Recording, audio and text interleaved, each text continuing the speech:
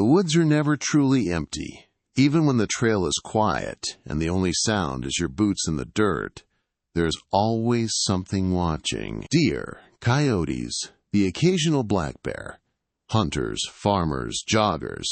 They've all seen shapes in the tree line. Most of the time, it's nothing unusual. Just a dog. Just a wolf. Just a shadow between the trees. But every so often, someone notices that something isn't quite right. The legs are too long. The shoulders are too high. And when it turns to look at you, you realize the truth. It's not a dog at all. Not when it stands up. Across back roads, farms, campgrounds, and highways, there are people who have seen things they'll never forget. 7 different encounters. 7 different witnesses. All describing the same impossible thing. And if you think these are just campfire stories meant to scare kids, listen closely, because these are real accounts. And the moment you'll remember isn't the sight of teeth or claws, it's the silence right before it rises up onto 2 legs. Here are 7 encounters with creatures that looked like dogs until they stood up. Encounter 1. The farmer's field. The Midwest has a way of feeling endless at dusk. Fields stretch flat and gold in every direction, the horizon burning orange before giving way to deep purple skies. Out here, when the sun dips low and the wind cuts across the corn, there are few things lonelier than walking the rows by yourself. Farmers know that quiet. They grow used to the creak of irrigation lines, the hum of cicadas, and the way the world feels too still when the day finally exhales. One farmer, a man in his 50s, steady-handed, the kind who'd worked this land since boyhood, knew that silence better than most. His family had run the farm for generations, and his evenings often ended with one last check of the irrigation equipment before heading inside. That night, just as the sky dimmed and the first stars blinked awake, he noticed something unusual. At the far edge of the field, between the rows, a dark shape moved. At first, it looked like a dog, a big one, black against the pale stalks, head down, shoulders rolling as it picked at something on the ground. Coyotes were common enough in the area, strays too, and sometimes even the neighbors' dogs got loose. He squinted into the dim light, one hand shading his eyes. Whatever it was hunched over something, chewing. "Get!" he called out. The shape didn't flinch. He put 2 fingers to his lips and let out a sharp whistle that cut across the field. That got its attention. Slowly, the animal turned its head. Its eyes caught the last of the daylight, and for a heartbeat he froze. They didn't shine like a dog's. Not yellow, not the dull reflection of an animal startled in the dark. They looked aware, focused. Then the thing did something no dog should have done. It stood, not in a playful rear-up, not braced against the corn. It rose to its full height, 6, maybe 7 feet tall, its body stretching upward on 2 legs. The way it moved sent ice down the farmer's spine. Its arms, long and too heavy at the joints, dangled down nearly to its knees. Its head tilted slightly, curious, as though it was measuring him from across the rows. Every instinct screamed at him to run. Instead, he just stood, rooted in the dirt, watching as the creature took a step backward. Then another, and then, without breaking its gaze, it turned and walked away. Not trotted, not bounded like a spooked animal. It walked, upright, calm, like a man disappearing into the corn. The stalks swallowed it whole, their rattling husks closing behind as though nothing had passed through. The farmer's pulse thundered in his ears. His first thought was that he'd imagined it. That dusk had played tricks with the light. But his gut, that old farmer's gut that knew when storms were coming, when crops would fail, when soil was ready, told him different. When his boots finally unstuck from the dirt, he walked to where the creature had been crouched. The smell hit him first. Metallic, sharp, blood. A deer carcass lay torn open in the dirt, not eaten the way coyotes or dogs would tear at a kill. This was violent, shredded, pieces ripped free and scattered. The ground around it was stained dark. The soil churned as though something heavy had knelt there. But what chilled him most was what he saw a few feet away. On the trunk of a nearby tree, fresh claw marks raked deep into the wood. 8 feet high, too high for any dog, too high for a man without a ladder. The gouges were wide, cruel, and recent. Sap still wept from the wounds. He stumbled back, his hands shaking, eyes darting over the field as if the thing might be watching him still. The silence pressed down on him, thicker now, suffocating. The rows stretched into forever, every shadow a place for something to hide. That night, he told his wife only that he'd seen a stray dog. But he cleaned his rifle and left it by the back door. From then on, every evening check ended with the barrel slung over his shoulder. When neighbors asked why, he shrugged it off. Coyotes, he'd say. Too many of them this year. But deep down, he knew it wasn't coyotes. He'd seen plenty of those. They didn't stand up like men. They didn't carve claw marks higher than his head. They didn't look at him with eyes that felt like they were thinking. The story trickled out in whispers. Farmers at the feed store. A nephew at Thanksgiving. A few beers in, and he'd admit the truth. Each time, he ended the same way. I don't know what it was, but it wasn't a dog. It wasn't anything I've ever seen before, and I'll never walk that field unarmed again. Years later, the claw marks still scarred the tree. Visitors would shake their heads, say it was probably kids with knives, or maybe a bear, though bears didn't roam that far into the plains. The farmer would just nod, let them believe what they wanted.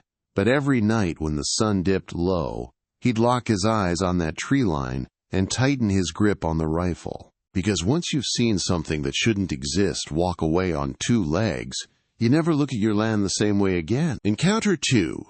The Night Jogger. Suburbs at dawn are supposed to feel safe. Streetlights still hum, sprinklers tick across lawns, and the only movement comes from paper boys on bikes or early risers warming their cars. But there's a strange stillness to that hour between night and morning, when most of the world is asleep. It's a silence that makes small sounds. Your own shoes striking pavement, your breath fogging the cold air, feel too loud. One woman knew that silence well. She was a regular jogger, the kind who ran the same route every morning before work. Headphones tucked in, hoodie pulled up against the chill. Her neighborhood sat on the edge of a suburban development, the kind where houses gave way to woods once you passed the last cul-de-sac. She liked the route.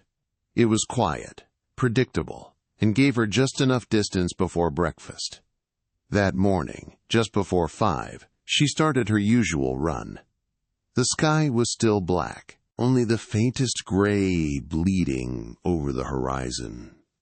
The lamps along the sidewalk threw weak circles of light.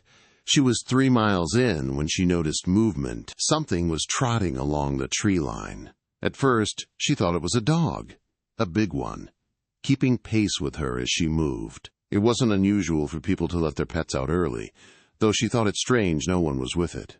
She slowed a little, glancing over. It stayed just inside the line of trees, shadowed but visible enough when it passed through breaks in the brush. The size struck her. Maybe a German shepherd, maybe bigger. But the way it moved, she couldn't place it. Her pace faltered. She realized the hairs on her arms had risen. She picked up speed again, trying to ignore it. But the feeling of being watched pressed in harder. Finally, at the next streetlight, she turned her head for a proper look. The dog, if that's what it was, had stopped. Its head was low, its shoulders wrong. Too tall, too high off the ground for an animal on all fours. It was crouched, but even crouched, its outline towered more than any dog she had ever seen. She froze mid-step, It froze, too. The world held still for a moment. She told herself to breathe, told herself it was just perspective, a trick of shadows. Then it moved again, not toward her, not deeper into the woods. It stood, slowly, deliberately, as though it wanted her to see. The creature rose onto 2 legs, straightening until it loomed well over 7 feet tall. Its arms hung at its sides, longer than they should have been, fingers almost brushing the tops of its knees. The light from the nearest lamp caught its face, and that's when she knew. It wasn't a dog. It wasn't a wolf. And it wasn't anything she could name. The face was wrong. The muzzle too long. The mouth too wide. The eyes too forward-facing. It looked more human than animal, but more animal than human, like something wearing a mask that didn't fit. Her heart slammed in her chest. She wanted to scream, but no sound came. And then, as if mocking her, it mimicked her. She had stopped running and stood frozen, arms at her sides. And now it did the same, standing perfectly still, head tilted, arms slack and low, the posture eerily mirrored. She took a single step back. It shifted a foot forward. That was enough. She turned and ran, faster than she ever had in her life, sprinting the last mile home with lungs burning and tears streaming down her face. She didn't dare look back. Not once. When she reached her door, she slammed it behind her, locked every bolt, and collapsed against the wall, chest heaving. She dialed the police with shaking fingers. By the time officers arrived, there was nothing. No footprints on the dew-slick grass, no broken brush along the tree line, no animal wandering the neighborhood. They reassured her it was probably just a coyote, or maybe someone's dog out of its yard. She shook her head, unable to explain what she'd seen, not in a way they'd believe. But she wasn't the only one. Within the next week, 3 other joggers in the same area reported a strange feeling. The sense of being followed, watched. None of them saw what she saw, but they admitted the runs had grown unbearable. The silence felt different now, heavier. One man said he'd turned back early, certain something was pacing him just out of sight. For her, there was no question. She never ran that route again. She started driving across town, to a well-lit neighborhood where other joggers clustered even before dawn. But she never forgot. Not the face. Not the way it had mirrored her, as if testing her reaction. Not the moment when a dog became something else, standing where no dog should ever stand. Even now, she tells her story with a warning. If you're running in the dark, and something in the tree line starts keeping pace with you, don't stop. Don't look at it. Just keep moving. Because if it stands up, you'll never unsee it. Encounter 3, the hitchhiker story. It was just past 2 in the morning on a stretch of empty highway, cutting through the Montana-Wyoming borderlands. The kind of road where the yellow lines seem endless, and the sky swallows you whole. Out there, with no towns for miles, no lights but the ones you brought with you, the dark feels different. It presses close. It has weight. A veteran trucker, 20-plus years on the job, guided his rig through the silence. He knew this route well, had driven it more times than he could count. The cab rattled with the hum of the tires, steady and familiar. A thermos of coffee sat in the cup holder, still steaming from a truck stop fill-up hours back. The radio murmured soft country static, more a companion than music. It was just him, the road, and the occasional sweep of deer eyes glowing along the fence lines. That night should have been like every other. Then he saw movement. At first, it looked ordinary enough, just an animal on the road ahead, caught in the beam of his headlights. A big dog, maybe, or a wolf. There were plenty out here, especially in the empty stretches where no one lived. The trucker had seen them before. Canines darting across the blacktop, lean and fast, their eyes flashing white-blue as the headlights hit. But this one didn't run. The shape stood dead center in the lane, broad and low, head bowed over something dark on the pavement. The trucker's stomach tensed.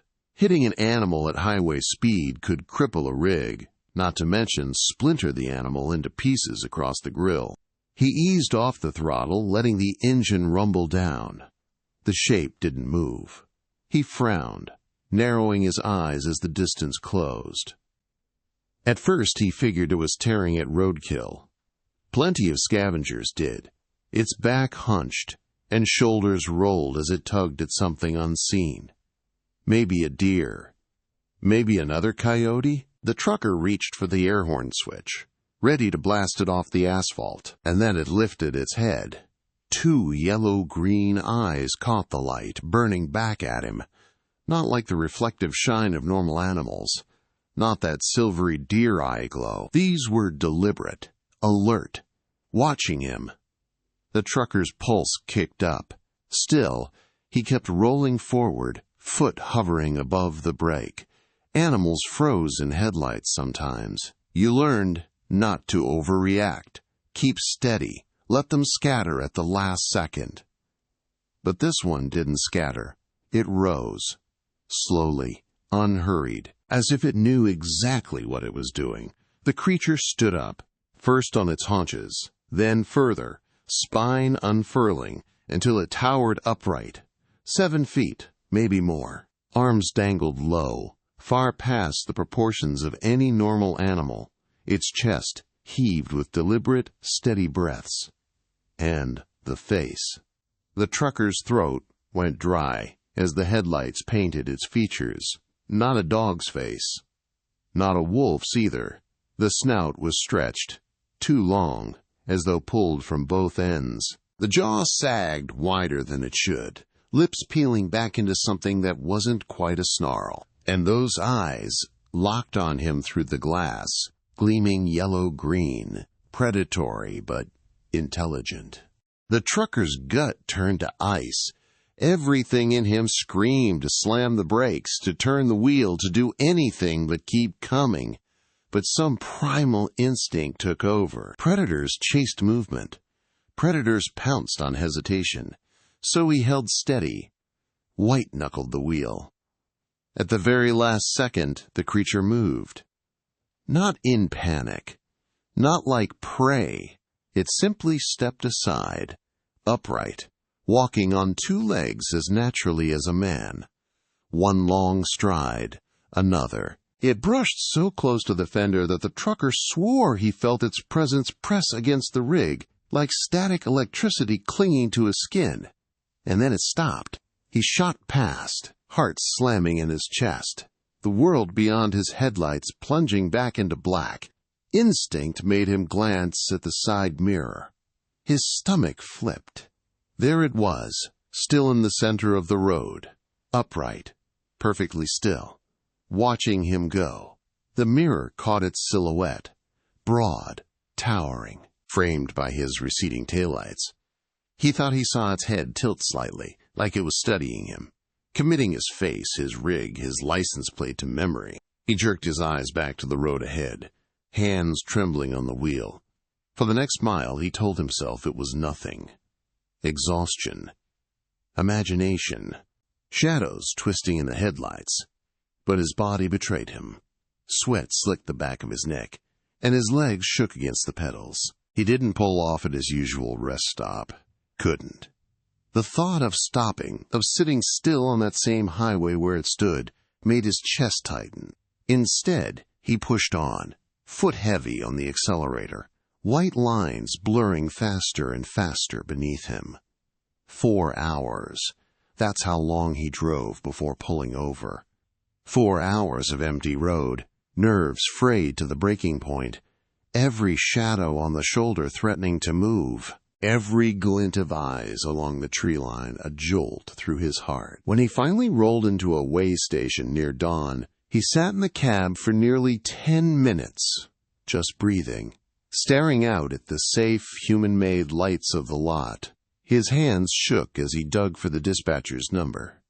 When they answered, he didn't give excuses, didn't try to sugarcoat, just said flat, Don't put me on that highway again."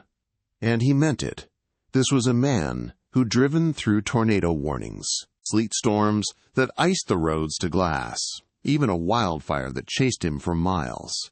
He'd hauled cargo into places most drivers wouldn't set foot. 20 years behind the wheel had shown him everything a long haul could throw to man. But nothing made him change routes, except the night the dog in the road stood up. Encounter 4. The camping family. The campground was quiet that night, the kind of quiet you only get deep in the national forest. The fire had burned down to a low, glowing bed of coals, and the cicadas had finally gone still.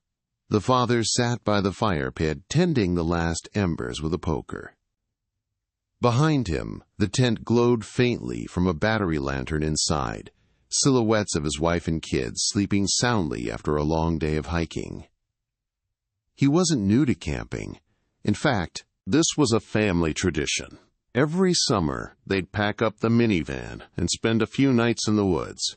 No cell service, no distractions, just marshmallows, ghost stories, and quiet. He liked being the night watchman while everyone slept. There was a peace in hearing nothing but the pop of the fire and the occasional sigh of the wind through the pines. That peace shattered when he noticed movement across the way. At first it looked harmless, just a dog. A big one, black-coated, shoulders rolling smoothly as it padded between tents 2 sites down. Probably someone's pet that had slipped its leash. The father leaned forward, narrowing his eyes as the animal nosed at a trash bag someone had carelessly left out. Something about it seemed off, though. Its back looked broader than it should. Its legs too long. But he shook the unease off. Out here, animals scavenged campsites all the time. He stood, brushing dirt from his jeans, ready to wave and shout to chase it off before it scared anyone awake. And then it froze. In one chilling instant, the animal straightened too, not awkwardly, not clumsily like a bear standing on its hind legs. No, this was fluid, deliberate, a perfect mirror of his own movement. The father's breath caught in his chest. It rose until it towered above the campsite, easily 8, maybe 9 feet tall. Its arms hung grotesquely long, hands dangling far past its waist. Its head was massive, canine-shaped, but the proportions were all wrong, stretched and warped, as if someone had sculpted a wolf's skull from memory and got the details slightly off. The fire crackled behind him, but suddenly the air felt colder. The thing mimicked his stance, shoulders squared, arms at its sides. Its chest rose and fell with long, slow breaths, visible even from across the campsite. Then, without hesitation, it took a single step forward, toward his tent. The father's stomach turned to stone. His kids were in there. 2 small shapes curled in sleeping bags, blissfully unaware what stood just yards away. His wife, still asleep. The canvas walls between them and this thing suddenly felt like paper. His hand fumbled at the flashlight lying on the camp chair, fingers shaking. He clicked it on and swung the beam toward the figure. The light caught its face. And that's when it opened its mouth. Too wide. Far too wide. The jaws stretched unnaturally, unhinging like a snake's, gaping open until the corners seemed to split the skin. Inside, rows of teeth glistened wet, sharp and wrong, as though designed not just to tear but to hold and crush. Then came the sound. Not a growl, not a howl, not anything that belonged to an animal. The noise was broken, warped, almost like words caught in a throat that wasn't built to speak them. A garbled, half-choked mimicry of human speech. It raised every hair on the father's body, primal fear screaming at him to run. He stumbled backward, nearly dropping the light, and spun toward the tent. He unzipped the flap in a single frantic motion, hissing to his wife to wake up. "Now, get the kids, move." Confusion turned to panic as she saw his face. Within minutes, they were shoving gear into bags, tossing half of it aside in their rush. The children cried groggily, frightened but not understanding why.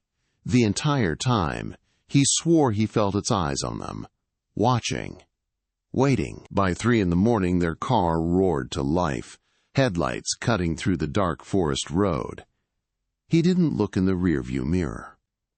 He didn't want to know if it was following. The family drove for hours, not stopping until dawn painted the sky gray and gold.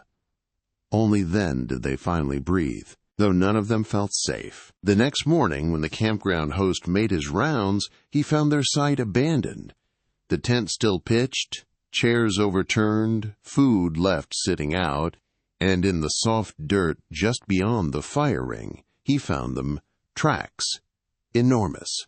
Too long to be human. Too oddly shaped to be a bear. The father never camped again. He sold the tent, the lantern, the sleeping bags, all of it. He refused to take his children into the woods after dark. And when pressed about what he saw, he gave the same detail every time, his voice low, trembling, as if even speaking the words gave the memory power.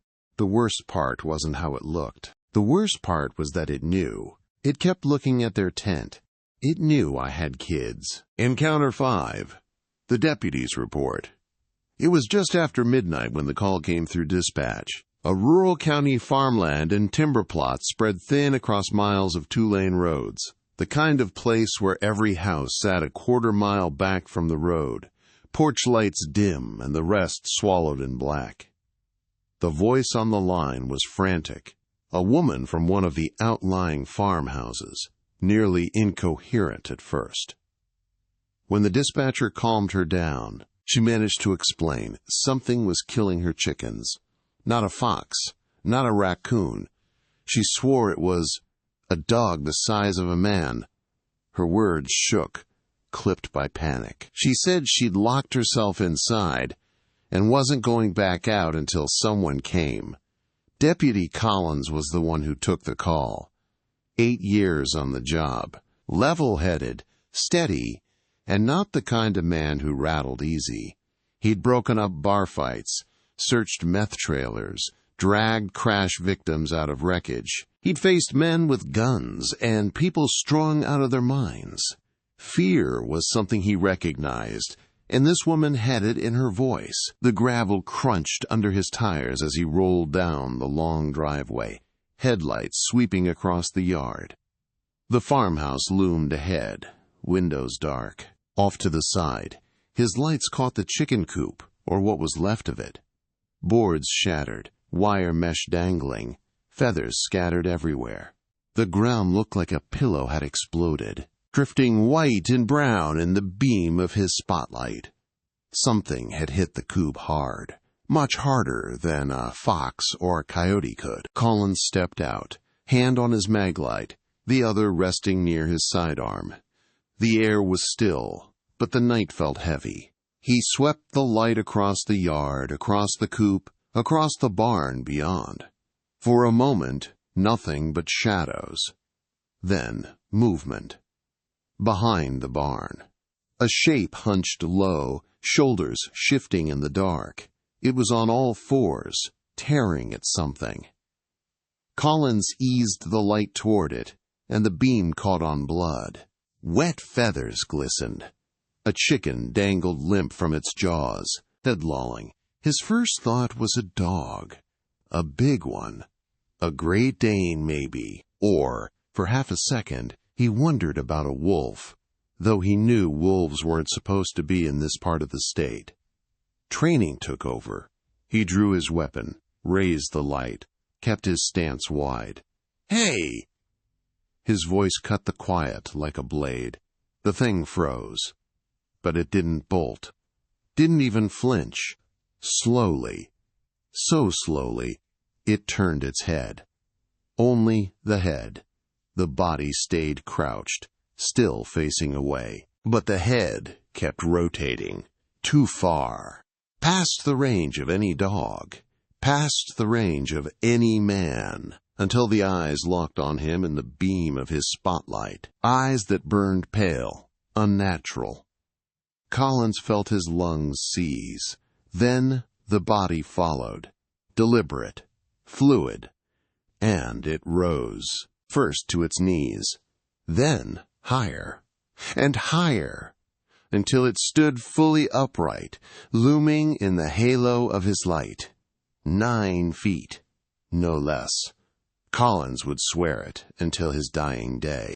Built like a man but massive, the chest thick, arms corded with muscle under dark hair that glistened in the light. Hands, not paws, hung low, fingers long and tipped with claws that caught the beam. It wasn't shaped right, not for any animal.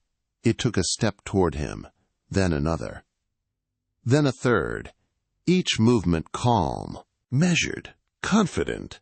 Not a predator charging prey, not a spooked animal fleeing, just something upright, moving forward, as if it had every right to be there. Collins, training shattered under the weight of instinct, he fired. The gunshot cracked the night, echoing through the fields, the recoil hammering his arm. The thing didn't fall, didn't stagger. It stopped, tilted its head as if curious, and then it turned. Not running, not scared, it walked. Step after step, it walked upright into the trees. The darkness swallowed it whole, and it was gone. Collins' heart pounded so hard he thought it might burst. His hands trembled as he radioed for backup. Within 20 minutes, the yard filled with headlights and other deputies. A K-9 unit rolled up, dogs barking furiously in their cages.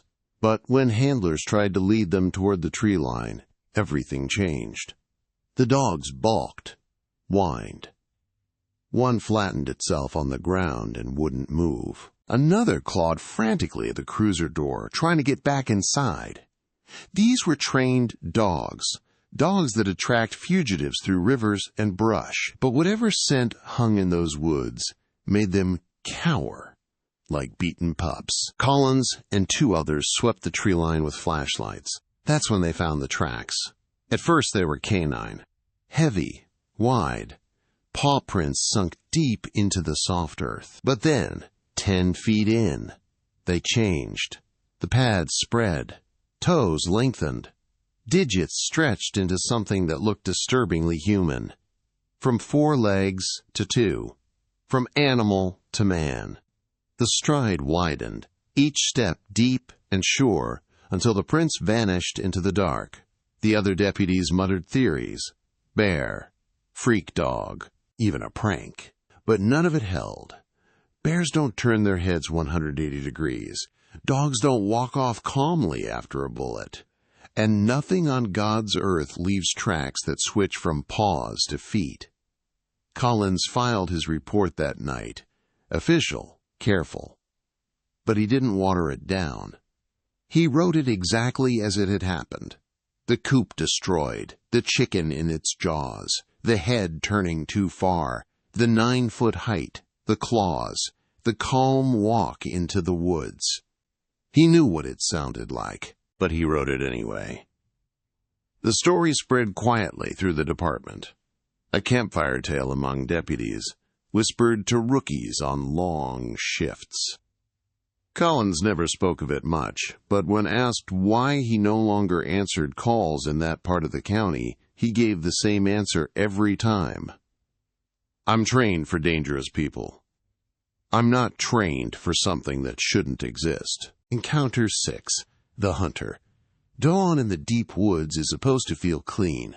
The world exhales, the frost loosens its grip, the trees lift their black silhouettes into a pale sky. I've sat through more of those mornings than I can count. 30 seasons at least, bow in hand, stands screwed into a straight-backed maple 15 feet up, waiting for the light to turn animals from shapes into bodies. 30 seasons worth of quiet that taught me there are patterns out here you can trust. Where the does cut the draw, how the thermals drag your scent, when the crows will lie to you, and when they'll tell on something big. That morning broke like 1,000 others, and then it didn't. I'd hiked in while the stars were still hard points between bare limbs. The ground was iron cold, leaves crisp enough to snap under my boots even when I tried to place each step like a whisper. I knew the wind, knew the pinch point, knew the bait site. I'd kept legal and modest. Corn and apples enough to slow a deer, not a pile to pull in every critter for 3 ridges. My stand looked over it at an angle I'd measured and rechecked. 15 feet up, a height I've always liked. High enough to keep a thermal advantage. High enough to feel safe. I settled, harness clipped, bow hanging, breath misting out in a thin ribbon that drifted away from the bait and into the holler. Gray seeped into the trees. The world sharpened. I could see my own footprints in the leaf litter below the stand's ladder, a dark trail from the game trail to the trunk. The bait circle sat 20 yards out, a smudge of pale against the leaf duff. A squirrel skittered near it, thought better of me, and disappeared like a thought you can't hold on to. The first sound wasn't much. A branch flexed in the draw, then eased back. A hush of weight through beech leaves that didn't match a deer's casual pick and step.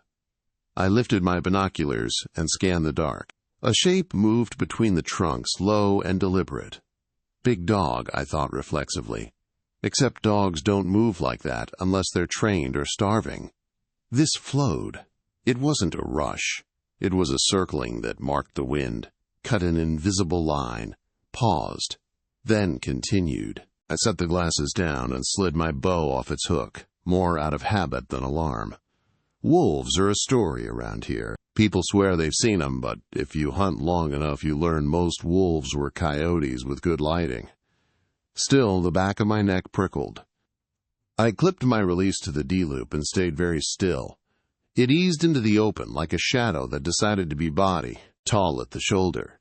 My mind went to wolf, because what else do you say when you see that much canine mass moving with purpose? The coat looked dark, almost black with frost on the tips. It skirted the bait, nose low, not pouncing on it but searching around it, drawing slow, purposeful circles like a man walking the border of a fence he means to test. Rare for the area, I told myself, misplaced. Maybe a released hybrid. My heart beat harder, but it wasn't fear. I've had big black bears come in quiet as rain.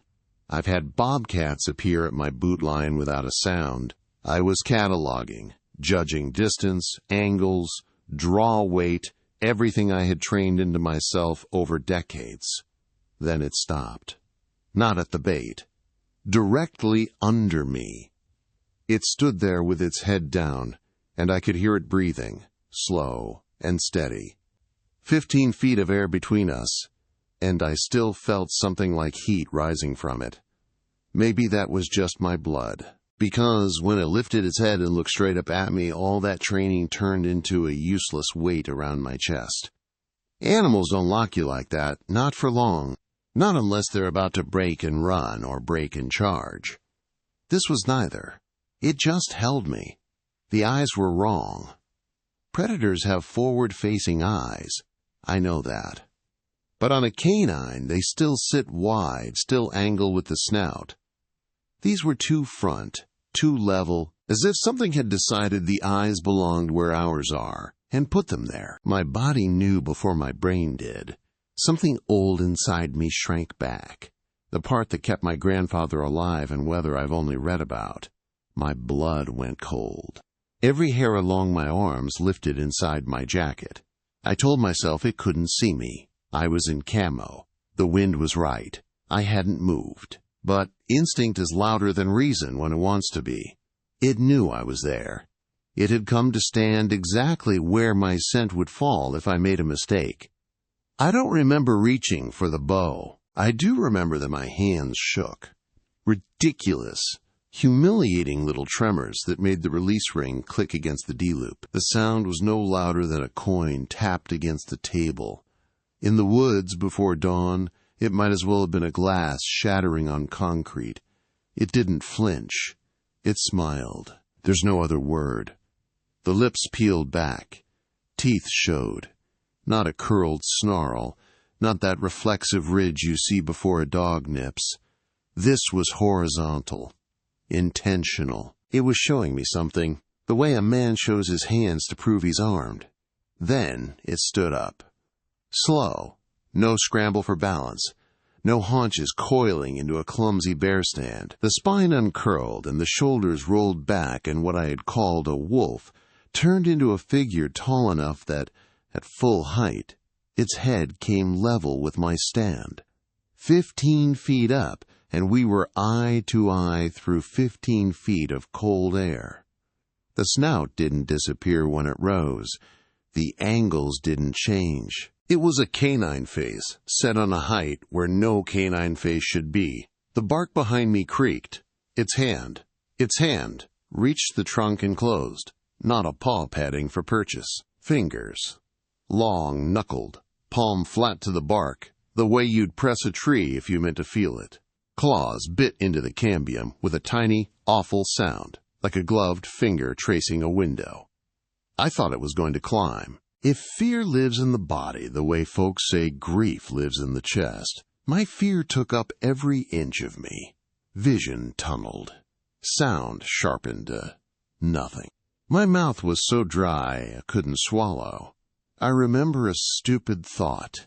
My harness is on. I can kick. I can stab at its eyes with the broadhead if it comes over the platform. Instinct doesn't care if a plan is good or ridiculous. It just wants a plan. The hand tightened. I could see the tendons move under the hair. The smile didn't change. We were still locked together, and it felt, forgive me how this sounds, it felt like it was studying me. Not the way prey looks at a hunter, but the way a hunter appraises another hunter across a fence line. I screamed. I don't do that. I'm not a man who startles, and I'm not a man who draws attention when silence is safer. But I screamed from somewhere under the ribs, a full-throated, unpretty sound that tore my throat raw on the way out. The woods ate it and threw it back at us in faint, broken echoes. It released the tree. No hurry. The hand opened and fell to its side. The smile folded away. It dropped back to the ground like stepping off a curb, and in the same motion, wheeled and ran, on 2 legs. No lurch, no arm-pumping sprint. A long, ground-eating stride that covered distance like it was erasing it. The brush swallowed it in 3 steps. The holler went still and empty as a church after midnight. The smell it left, wet fur, iron, loam, hung around the base of my tree like a taunt. I stayed in the stand. I stayed because my legs wouldn't work, and because leaving meant putting my boots on the dirt it had just stepped on. The first pale bars of sun threaded between trunks and then grew wide. Squirrels came back. A jay scolded something far off. My watch ticked me into hours I didn't feel. When the light finally climbed enough to flatten the shadows and make the world ordinary again, I took 3 breaths that didn't catch and unclipped my harness. I climbed like a man backwards out of a grave, slow, shaking, tasting metal under my tongue. I didn't look at the bait site. I didn't check for tracks. I didn't touch the trunk where that hand had pressed. I walked to the truck without a bow. I left the stand strapped to the tree. Arrow still nocked. Pack still hooked to the platform. My keys lived in my front pocket. I don't remember fishing them out, don't remember turning the engine, only the way the gravel spit under my tires when I told the truck to take me away. I didn't go back that day. I didn't go back that week. I told myself I'd be rational about it later, that 30 years of hunting had earned me a clearer head than the one that had screamed at a thing and then run from it. 2 days later, my wife asked if I was sick. I said it was a stomach bug. I said I'd be fine. I sold my bow, I sold my climber and my saddle, and the packs that still smelled like frost and dopey and old leather. I listed the trail cameras last, and that's the only reason I saw what I saw. When I finally made myself go out, midday, sun high, shotgun slung, because I couldn't stand being unarmed even in my own woods, I took the card out of the camera facing my stand tree. You'd think I would have pulled it first. You'd think I'd have wanted proof the same day. I didn't. Proof meant sleep would change into something brittle and thin. Back at the kitchen table, I slid the card into the reader. A squirrel. A pair of raccoons. A doe and her yearling nosing around the bait. 2 empty frames where the wind had tricked the sensor. Then the last block of photos, stamped with dates and times from the week before my hunt. In one, a shape at the edge of the frame. Tall at the shoulder, low to the ground, the lens catching an ugly smear of eyeshine. In the next, closer, the profile sharp as a knife's shadow. In the third, there was no animal at the bait. The frame had shifted up because the sensor had read movement high, and it had caught the base of my stand tree. Fingers on bark. Not a lot of the hand, just the pads and the tips of the digits and the crescent of rough nail. Enough to know a glove from skin. Enough to trace the pressure points where it had pressed. The timestamp sat 3 days before I ever climbed into that stand. The 4th photo froze me. The angle widened because of where I'd placed the cam. Had the stand in the top right corner, the ladder rungs below it, and in the center, filling the middle ground like a fact, stood the thing, upright, studying the tree and the platform and the place where a man would eventually sit and believe he was hidden, head cocked, eyes front, lips in a straight line. It looked like a surveyor mapping a cut. It looked like a carpenter measuring twice. I didn't show those pictures to anyone. I dragged them into a folder, then out of the folder, then onto a thumb drive. I told myself I'd mail to someone who'd believe me. The thumb drive still lives in a drawer next to the warranties for appliances we no longer own.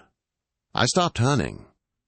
People who've known me since school stopped asking why after the 3rd time I changed the subject. A friend offered to buy all my gear in a bundle, and I practically paid him to take it off my property. When he joked about borrowing my stand spot, my mouth opened, and something ugly came out that wasn't a joke. I apologized, I didn't mean to.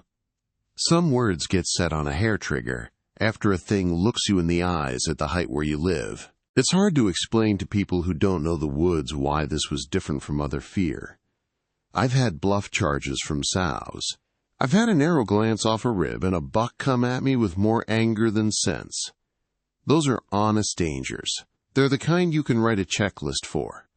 This wasn't a bad roll of dice. This felt like an arrangement I hadn't chosen, like something had circled my habits, learned them, and then stepped into them the way you step into a boot that isn't yours. When people ask, on the off chance I let any part of it slip, I tell them the line that keeps it shortest. It was hunting me. I was never hunting it. And if they smirk, if they say I misread a bear on its hind legs, I nod. I let them have the explanation that lets them keep sleeping the way they did the night before. But I don't go back. The stand is still out there, or maybe a storm finally took it down. The trail where my boots wore a seam into the duff has gone soft and mossed over. If you walk that way in the right light, you'll see a mark on a maple where bark healed strange, thicker in a hand-shaped ellipse 15-16 feet up. You might say it's nothing. You might say lightning raised a blister, then it grew back funny. You might be right. I won't be there to argue it with you. Encounter 7. The Witness Who Stayed. I've lived on this ridge long enough to know when the hills are listening. 40 years, give or take a season or two. Long enough to watch fence posts rot out and get replaced, to see a logging road go to seed and come back as saplings, to learn where the fog pools on certain mornings and where the creek keeps its ice late into March. Long enough to know that some things out here keep their own time and their own rules. You can live alongside them if you agree to both. The first time I saw it was 1987. I remember because that's the summer the well pump failed, and I cut my wood early so I'd have time to fix it before the first frost. I was out back by the splitting stump, working the maul, shirt off and sweat stinging my eyes. The locusts were loud up in the crown of the big poplar, and every few swings I'd stop to listen for the rattle of the old bell. I hung on the gate so I could hear if anyone came down the road. It's quiet out here. You notice changes in quiet long before you see what made them. That day the quiet tightened. The breeze laid down like a dog told to stay. I lifted the maul into the air and held it there halfway through a swing, because I'd suddenly remembered what it feels like to have someone looking at you from a second-story window. It's a weight between your shoulder blades, a very particular weight. I turned slow. It was at the tree line where the slope drops toward the creek, on all fours, at a distance that made me squint and start adding and subtracting the sizes of things in my head to make sense of it. A big dog, you want to say? A wolf, maybe, though back then we didn't talk about wolves like we do now. Hound-coyote mix? Some neighbor's Great Dane? But nobody on this ridge keeps a dog that size, not on a chain. And coyotes don't stand still at the edge of a meadow like they're deciding whether to step onto your lawn. It watched me. I watched it. We stood there in our pieces of the afternoon and measured each other. And then, like a man who changes his mind about breaking the line on a map, it stood up. Not fast. Not like a surprise. It just rose onto two legs and held there with the kind of balance you don't teach a body. It looked at me for a long moment, then turned and went back into the trees. No hurry, no threat in the motion, just gone. I didn't tell anyone. Who would I tell? The boys at Elmer's? They'd laugh because they're decent, and that's what you do when someone brings a story that doesn't fit your world. My wife?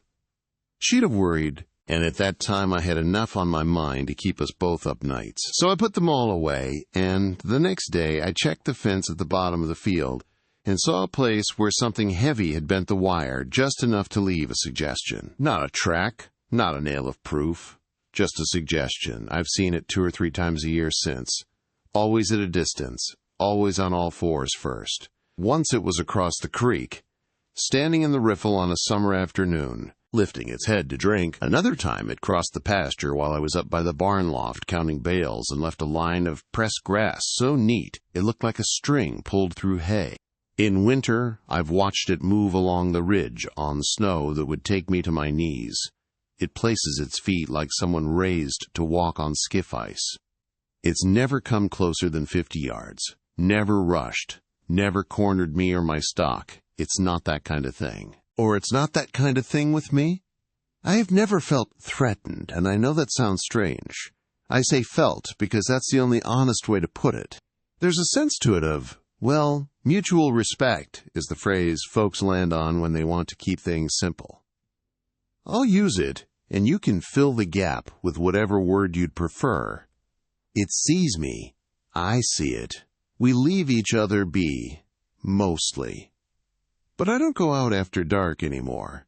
I used to when the pigs were smaller and the coyotes were bolder. I'd walk the fence with a lantern and the shotgun, listen for wire jingles and the soft, quick feet that mean trouble coming low and fast. I don't do that now. Dusk is my line. When the sky lets go of color, I come inside. I lock the door, which used to be a habit for other folks and is now, for me, part of the agreement. I don't have to like that rule, to live by it. And I never, ever go into those woods, not past the old stone pile where my granddad laid the field rocks when he cleared this place with a mule in his hands. The creek and the trees beyond it, they belong to something else. I've learned to think of boundaries like fences you don't have to see to respect. Every sighting is the same and different. The same in the way it holds still before it moves, in the way its shoulders work under the coat, in the way it doesn't break a line of travel for anything that doesn't require it. Different in where and when and how long it chooses to let me look. I can tell you about one late October when the field was the color of penny copper, and it skirted the hay bales like a coyote checks a trap line. I can tell you about a spring morning when the low fog burned off the creek, and it ghosted through the residue like a figure on an old TV set. But all those stories fit inside the same box. It is there. I am here. We're not pretending about either of those facts. The only time it changed, that something shifted in the pattern, was the deer. This would have been maybe 6 years back, early November. A cold snap had tightened the ground like a drum, and the wind came off the higher ridge with that sifting sound it gets when the laurels dried out. I'd gone out to the gate after breakfast to check the latch. The bell hung there, same as always, rust-flaked and full of spiderwebs that don't keep anything out. I noticed the crows first. They were standing in the pig track at the edge of the field like old men, deciding whether to bother with the chore. They flew when they saw me, not far, just to the fence posts where they can scold you on a full stomach. The deer lay 10 steps beyond the gate. A buck, 4 or 5 years by the look of the body. Good mass in the shoulders, but not one of those mount your bragging rights animals. It was killed clean, neck broken, hide opened. Not eaten, not even a bite. The blood had pooled and crusted, dark and reluctant in the cold. There wasn't a track I could call a track. There were impressions in the frost where something had stood and then stepped back into itself. It wasn't dumped. It wasn't dragged. It was placed, right on the line where I always stop and look down the slope before I go back to the house. You can put whatever you want on that. Say it was a cat spooked mid-meal. Say a poacher lost his nerve or his light and left a gift he didn't mean to give.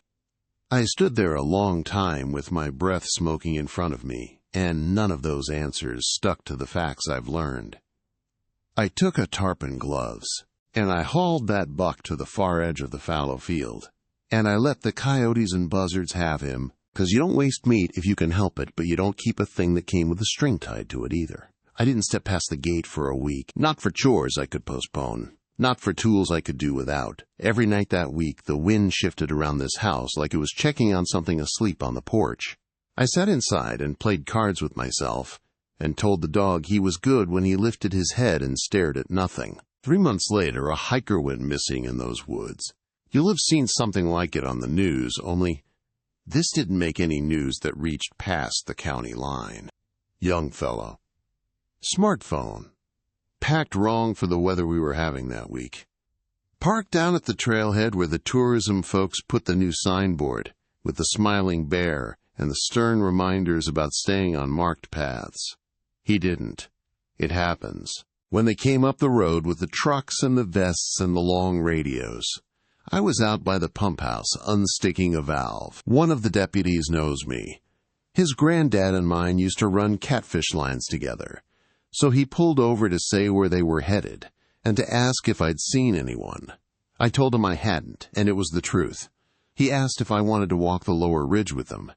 I told him no, and that was the truth too. "Come on now," he said, not unkind. "You know that hillside better than any of us." "I know better than to go back there," I said. He looked at me for a long breath, the way a man who's seen a little too much does when he's building a bridge to cross over what you didn't say. Then he nodded and told me to keep my radio on, as if I had one. Later that week they found what they were looking for 5 miles deep. The preacher said words, and the family went home as best they could, and the trailhead sign got a new piece of laminated paper warning people about the weather and the terrain. The men at Elmer said I was hard for not helping. I didn't argue, because if you have to explain the kind of line you don't cross to men who've never felt it under their boots, you'll be talking all day and they'll think you're telling ghost stories. I took my coffee up to the counter and bought nails and a jar of peaches and said I had fences to mend. That was true enough. I've seen it 6 times since the deer. Nothing else left on the line. No other messages, if that's what it was. It passes by the barn some afternoons in August when the heat makes the wood creak like a ship. It moves along the far fence in January, When the snow takes the sound out of your own footsteps. I nod sometimes. I don't know why. It doesn't nod back. That's not the kind of thing that cares whether you're polite. You might think I've got a gun by the door. I do, 2 of them. You might think I've got lights on timers and bells strung deeper into the trees than I'm admitting.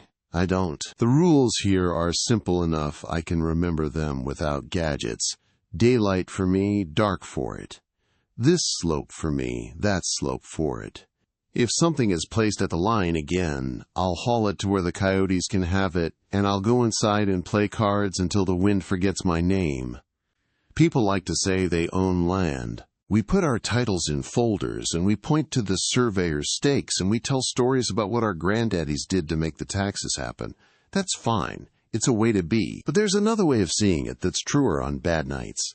Land owns you so long as you behave. When you stop behaving, the land decides. It lets me live here. I don't pretend to own this place anymore. I'm just allowed to stay.